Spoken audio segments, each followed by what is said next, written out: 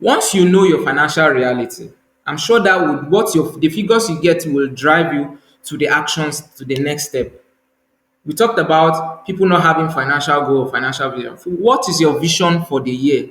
How much do you want to make by the end of this year, December 31st? How much do you want to say this is what is residual? Haven't spent every expenses for the year. How much do you want to see in your account that is residual? Haven't removed everything. Did you set that goal at the beginning of this year? Because without a financial vision, you'll just be drifting aimlessly. So let's go into looking at setting smart goals. Start by setting financial goal, which is specific. You can't just say, I want to make billions of naira or billions of dollars. No, it has to be specific, right? What is the specificity of your goal for your finances? Right? So once you have a vision, at the end of the year, I want to have 10 million naira residual in my account. That means for me, the way I measure it is 10 million naira must be like the 10% of the total revenue generated. I use business revenue terms in this case. So if you have generated a revenue of 100 million, then probably your profit margin is around 10%. That's 10 million naira is your profit. The same thing in your finances. So having removed personal finance now, having removed everything that you have, that's required for your facts of life for the year, how much do you want to have as residual in your account? Should be like that will be, I target as a 10% of the total revenue that passed through your account. But passed to your personal income that year, right? So you have to be specific about the amount. Then of course, measurability in finance is easy because it's numbers in itself. Then, how achievable? How do you want to achieve that financial goal? Right? Make sure you are able to put your goals into actions. Then, how relevant is it to your purpose or your vision, entire vision? Right? Because it must meet a personal interest or your skills or your resources at the same time. Then it's time bound. Don't forget I said at the end of the year, then you are able to break it down into goals, right? So if you are saying 10 million at the end of the year, so first month of the year, okay, I want to make if 10 million, if I divide it by 12 months, that's about 800,000 every month. For the first 2, 3 months, you might not be able to be realistic. Because art also stands with realistic. What you have now, can I make 800,000 every month? No. I can start with 400,000 every month for the next 3 months and grow it by 10%, by another 10% to get me to 800, to get me to 1 million. So by the 6th month or 7th month, I'm earning maybe 1,500,000 to be able to cover up for my 10 million naira that I want to have at the end of the year. So break it down into monthly and then break it down into daily. For me this year, I decided to say, oh, okay, I want to diversify my income. I want to earn this at the end of the year. And every day, my job, I must make at least $20. Every day, I must make at least $20. That's the least. If I'm not making $20, it means I'm owing myself already. Talk more of the people that I owe currently out there. Do you understand? So that is my own goal. Every day I'm going to make $20,000. $20, right? If it's more than that, oh, awesome. Then I'm on my way to something bigger, right? So time bound goal. Now, if you we have to still go back to the reality of what your country Nigeria is saying, because no matter how much you increase your profitability, even your business or your salary is being increased, there is still something. You are still limited by how much it is. We've looked at the financial realities, so you now need to understand that you have to play a smart game by going borderless, right? So I mentioned I was going to earn at least $20, not 20,000 naira, not 1,600 times 20 times the $20, which is around 16,000, or that should be around 20 something thousand, right? Is it 20 something, or no? That should be around 30 something thousand that I've decided to make every day. Do you understand? So, but I measure it in dollars because I know the naira might skyrocket again Whether it falls or skyrocket, it doesn't affect the decision I've made. So, what are the things that can make me earn in that capacity? Is remote jobs or digital products. I have digital products online. For example, the Evolve Life Journal is on Amazon, and people all over the world can actually have access to it. I have my courses online and doing trainings online, so people all over the world can have access to it, and the fee is in dollars. Then freelancing job, probably on Upwork or Fiverr, you are doing freelancing job, or you are trading the financial market, foreign exchange market, or you are into crypto or whatever it is.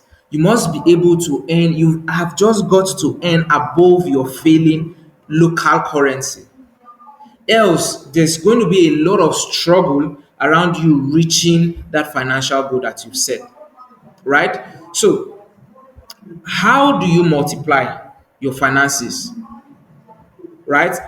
Identify your skill level and learn a skill, a high income skill, right?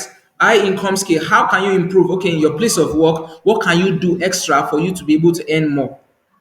Or can that be a part-time job for you to be able to diversify into earning borderless, right? Borderless meaning that you're earning in foreign currencies. Then start small investments, right? Start little investments to diversify your sources of income. Probably in agriculture, probably in real estate. There are lots of investment opportunities, but you have to also be smart about it. What's the value of this investment over time? Are you investing in stock exchange in the stock exchange market? Are you investing in bonds? Right? Understand. You have to gain financial knowledge and understanding on different ways you can diversify your income aside from your skill that you offer, because your skill offering or your talent offering or upgrade is a time factor, and time is an essential measure of wealth.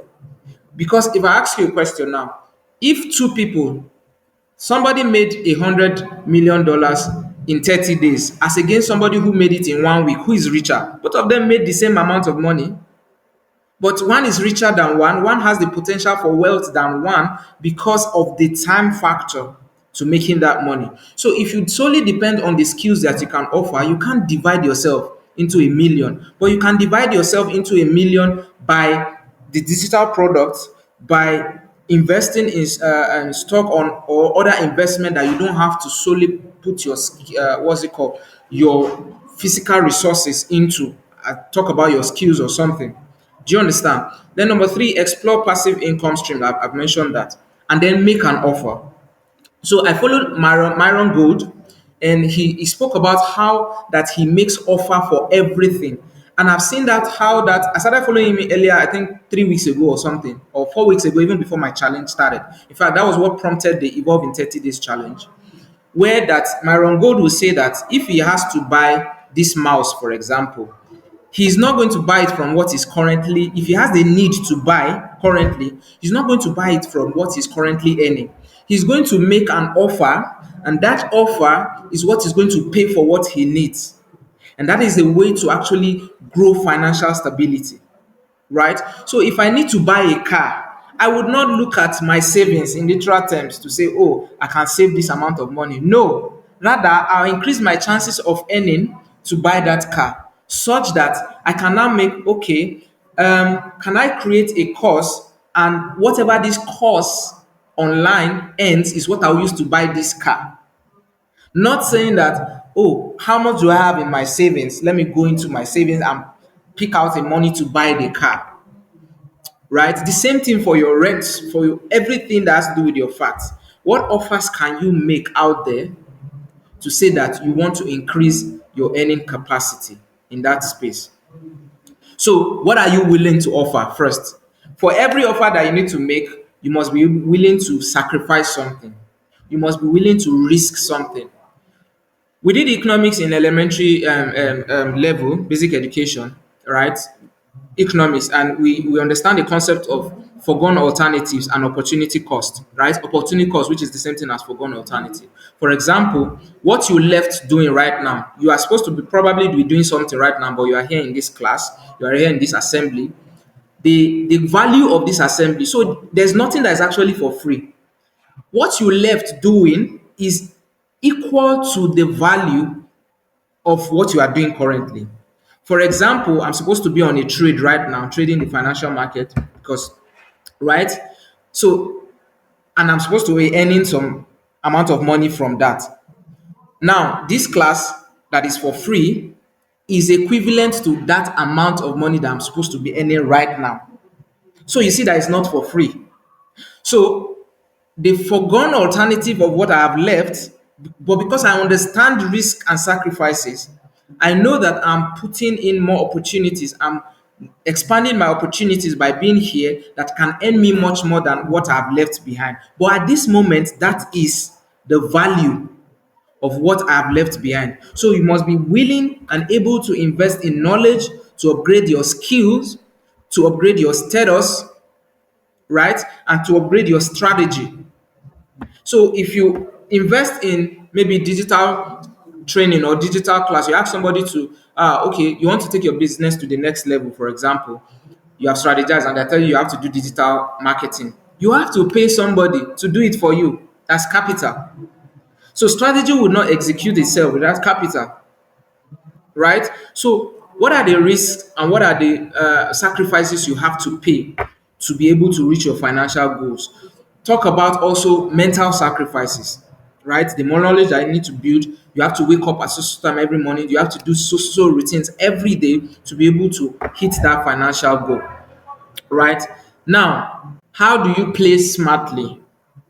Having identified your financial reality and identify the opportunities that you can plug into for you to be able to increase your potential to earn more, what is the smartest thing to do? Do you want to do, to work smart or you want to hustle? So I decided to work smartly. For me, yes. So after 2 years where I was earning low, really low, I'm gonna quit. I've gained that. So the portfolio I was able to build, what can I push it into? Oh, I can push it into remote job. I can put it into other global opportunities. There's nowhere I write on my CV that I headed a department or entrepreneurship department of a state to get a job, a remote job anywhere in the world that does not increase my high potential in that space. You see? So me going in that direction first was for me to be able to increase my earning capacity as well as building my portfolio in that direction. So it paid off. I was able to identify the opportunities. So what I was able to then understand what I need to sacrifice and the risk. Of course, I risked a lot of things at that moment, but at the same time, defined my reward, right? And the opportunities that are bound within that space. So, what remote jobs can you do? This is not to say that you need to stay in. If you need to quit your job, your current job, or you need to diversify, you need to pivot the current business that you are in, or you need to spend time increasing your offers, that is improving your skills so that you can increase your offers. Spend two months doing that, going back into the shell, developing yourself more, developing the offers that you can give to increase your potential of earning, or going to learn how to trade the financial market and developing the tough skin it takes to stay in that market, then those are the sacrifices you need to pay. But playing smart means that you must strive to earn above your local currency that is constantly failing. Right. So remote jobs are there, digital products, digitalize your product. How see you can digitalize any product. I have a series on that I did sometimes last year on how to digitalize. If you are an agricultural person, for example, you can digitalize your agricultural product, put it online. It's as simple as creating a mini mart, an e-commerce platform. You have digitalized your product. How can you digitalize training of in agricultural training? You are selling food. Can the social media platform is a great place to leverage those opportunities to digitalize or learn a new skills that you can freelance about. You don't need to be there. You can stay anywhere in the world and work from there. Freelancing, either a graphic design, either videography, either anything. or enter into the financial market, like I mentioned earlier. But the truth be told is every time there is risk. How sure are you that? So you put money into a business, for example, you literally take risks every day. Your store, for example, people go to their store and the next morning everything is burnt down. That's the way I see the financial market. Sit and design or determine, I'm willing to risk this to gain this. There must be a risk before there's a reward.